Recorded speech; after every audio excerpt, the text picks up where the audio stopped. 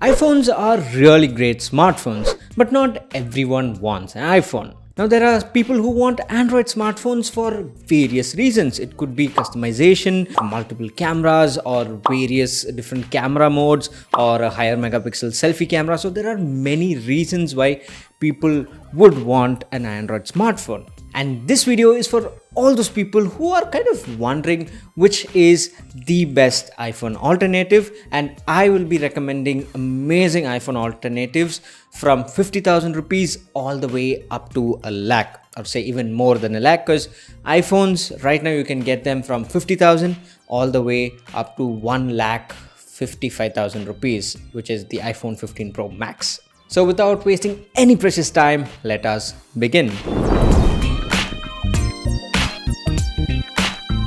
Now, before going into this list, let me just tell you one thing. I will be concentrating on iPhones that are currently sold by Apple. So that is from the iPhone 13 all the way up to the iPhone 15 Pro Max. And one more thing, I will be grouping together the regular and the Plus models that are available right now, so that there's not a whole lot of confusion. And finally, I'm not including the iPhone SE because I really don't think you should buy that. So that is out of the picture.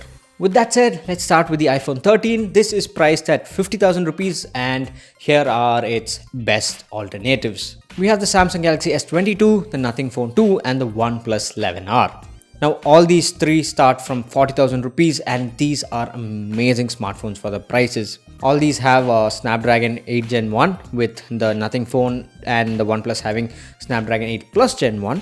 Which is a slightly tuned up version. All have 8 gigs of RAM standard, have 50 megapixel camera setups, with the Nothing Phone 2 having a dual cam setup, whereas the other two having triple camera setups. And all these have amazing displays, with the Samsung S22 being a more compact one.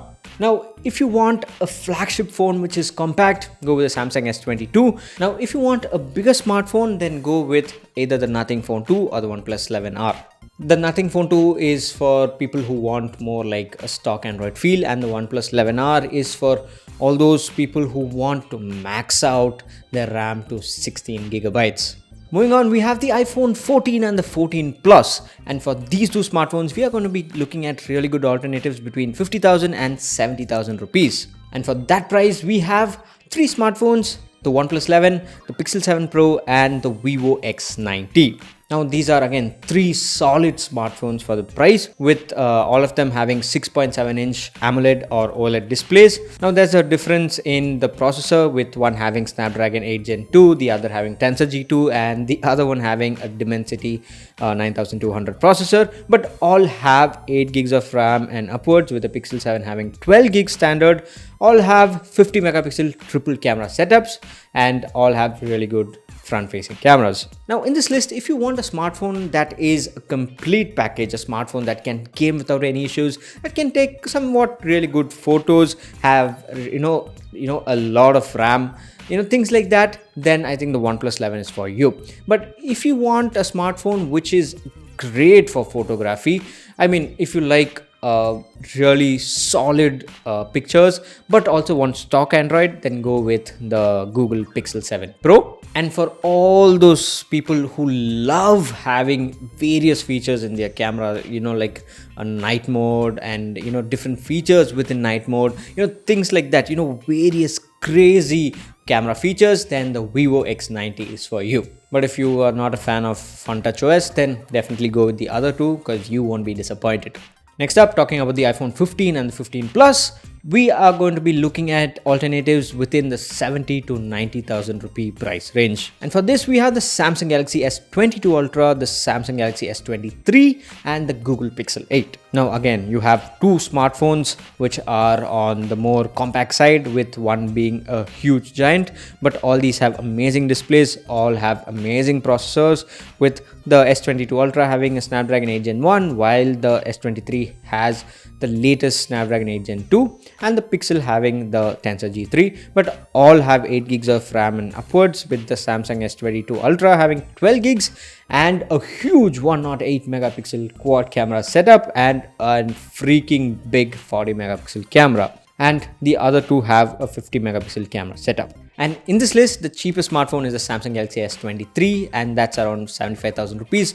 But if you want a flagship smartphone with great display, great specs, great performance, good battery life, and a very compact smartphone, then this is for you. But if you want a stock Android smartphone which is focused more towards photography, then I think the Pixel 8 is for you. And for those who want a beast under 90,000 rupees, then the Samsung S22 Ultra is for you. 6.8-inch AMOLED display, 12 gigs of RAM, 108 megapixel camera, 40 megapixel selfie camera. This is an absolute beast for this price. So if you want a super fast big boy, then go with the Samsung S23 Ultra. If you want a compact beast, the Samsung S23. And if you want a stock Android smartphone, then go with the Google Pixel 8. Now finally, coming into the iPhone 15 Pro and 15 Pro Max territory, I am going to be suggesting smartphones above a lakh. And there are only two options here, and that is the Samsung Galaxy S23 Ultra and the Google Pixel 8 Pro.